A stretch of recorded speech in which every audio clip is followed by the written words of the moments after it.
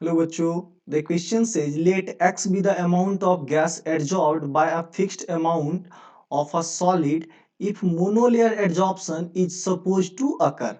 Then which of the following statements is correct? तो देखो बच्चों, इस फेनोमेना को हम लोग दिखाते हैं फ्रेंडलिच एडजॉर्प्शन आइसोथर्म से।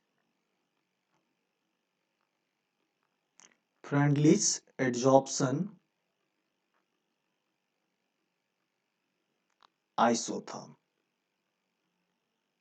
तो बच्चों इसमें इक्वेशन क्या हो जाता है कि आपका x डिवाइडेड बाय पर अमाउंट ऑफ एडजॉर्बेट, राइट।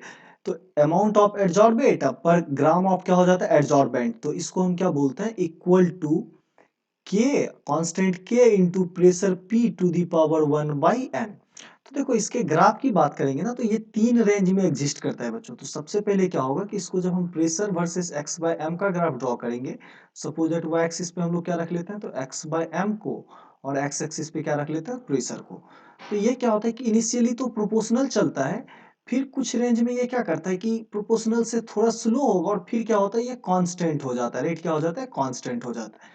तो इस पूरे ग्राफ को हम लोग तीन पार्ट में डिवाइड कर सकते हैं, तीन रीजन में। तो एक क्या होगा कि मान लो ये O है, तो इस पॉइंट को A जहां पे प्रोपोर्शनल होगा, A से B क्या होगा लेस देन प्रोपोर्शनल होगा, और B के आगे जो C है ये क्या रह जाएगा, तो B पॉइंट को ही हम लोग क्या बोलते हैं सेचुरेशन प्रेशर, क्या बोला जाता है तो PS। तो अगर यहाँ पे तीन पार्ट में बात करें तो पहले part eight low pressure, right, eight low pressure. तो यहाँ पे क्या होता है कि इस केस में आपका n का वैल्यू बच्चों 1 हो जाता है, n का वैल्यू क्या हो जाता है 1 रहता है। तो ये जो आपका x है ये डायरेक्टली प्रोपोर्शनल टू क्या हो जाता है p के, राइट। अगर सेकेंड केस के में बात करें moderate pressure, right, that is your moderate pressure. तो अगर हम मॉडरेट प्रेशर की बात करें तो यहाँ पे जो बच्चों n का वैल्यू है वो ग्रेटर देन 1 रहता है, राइट। तो इस केस में हम लोग क्या बोलेंगे कि x जो होगा directly proportional to p to the power 1 by, right. तो n का वैल्यू कुछ भी ग्रेटर देन रहेगा, राइट, तो 1 बाय n तो 1 से कम रहेगा, राइट। तो इस केस में क्या होगा कि प्रोपोर्शनलिटी से लेस इंक्रीज करेगा। और सिमिलरली अगर थर्ड पार्ट हम लोग यहाँ पे देखें, that is your at high pressure,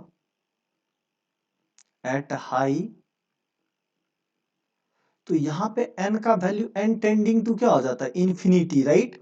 तो इस केस में क्या होगा कि जो आपका x directly proportional to p to the power 0, that means ये वैल्यू क्या हो जाएगा तो कांस्टेंट, क्या हो जाएगा कांस्टेंट। तो चलो बच्चों ऑप्शन ए में देखते हैं, eight low pressure x increases more than proportionality of the gas. तो ये इनकरेक्ट है। तो इनिशियली क्या होता है प्रोपोर्शनल होता है x directly proportional to p।